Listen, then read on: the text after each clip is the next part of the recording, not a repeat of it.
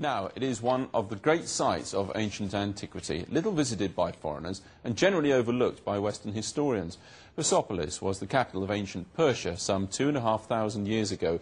For the first time, some of its treasures are being loaned to the British Museum, as our arts correspondent Nicholas Glass reports.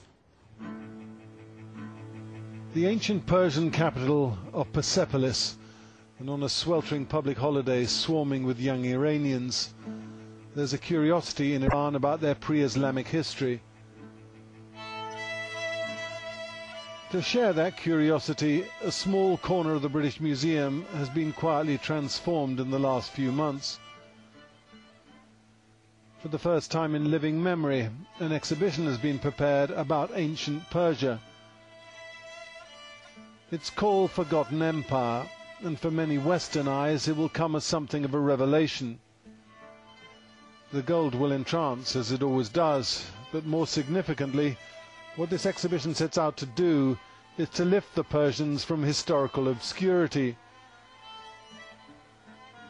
Some 500 years before Christ, theirs was the first empire to rule the world, from Greece and Egypt in the west to India and China in the east.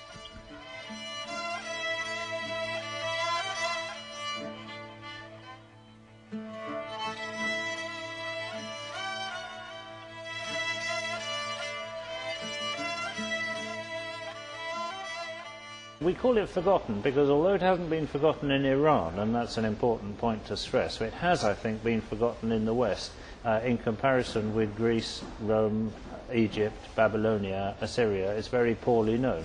Why? And, well, it's a very good question. I think partly because of the fairly hostile press that Iran or ancient Persia has received over the centuries. We see Persia largely through the eyes of Greek historians. And Greece was at war with Persia, so their accounts on the whole are not very complimentary. John Curtis was our guide in Persepolis earlier this year. To negotiate loans for this exhibition, he's been to Iran 4 times. Ultimately, the Iranians have been very generous. The almost life-size stone dog, a prize exhibit in the National Museum in Tehran, has come to London, along with some 80 other objects. Gold and silver is kept in the vault in Tehran and is seldom exhibited. They don't have adequate security. But the gold bowl we were shown there is now in a packed glass case at the British Museum. And so too a spectacular gold dagger, its hilt decorated with lions' heads. Strangely enough, one of the most impressive things in this exhibition isn't for real. It's a plaster cast. It's one of the friezes from Persepolis, and it was made by a British Museum expedition in 1892. 113 lucky years later, it's finally been brought out of storage for exhibition.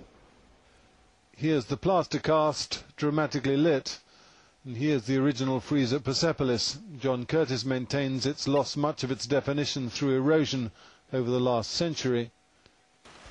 An Iranian curatorial team flew over to London to help with the show. Here a bronze stand from Persepolis, made up of 3 lions, is unpacked. It may well have been used for incense burning. We spoke to the chief curator before she left Tehran. Like John Curtis, she studied the ancient Persians for 30 years. For me, because it's a long time that I'm working, and then when I see that everybody is interested in this, I feel really satisfied. I'm satisfied with that. What do you think about lending to the British Museum particularly? Well, British Museum is one of the museums that we have a long relation with. So I feel happy. That's very nice. It's very nice. A few objects were too heavy or too precious to loan. To be blunt, those that have travelled look better exhibited here. Control lighting rather than daylight. For the British Museum there was one last-minute anxiety, the surprise election in June of a new president allegedly unsympathetic to the West. They were very, very enthusiastic and welcoming and cooperative. The only hitch was more recently with the elections and the change of government. Okay, so was there a moment when you thought, well, after all this trouble, we're not going to get it? There certainly was, yes. We were worried that for a time the exhibition wouldn't happen and that we wouldn't receive any objects from Tehran, but happily that wasn't the case. Everybody decided to go ahead with the exhibition. We've now got the full support of the new government, and the objects have come, and I think it's a wonderful show. In a multi-ethnic empire, the ancient Persians encouraged religious tolerance, a sentiment of some relevance now. This show has been organised in the spirit of cultural exchange. This is the tomb of Cyrus the Great, founder of the Persian Empire. The British Museum owns the Cyrus cylinder, an object much revered in Iran. The Babylonian text refers to the ruler's religious tolerance. The plan is to loan the cylinder to the Iranians.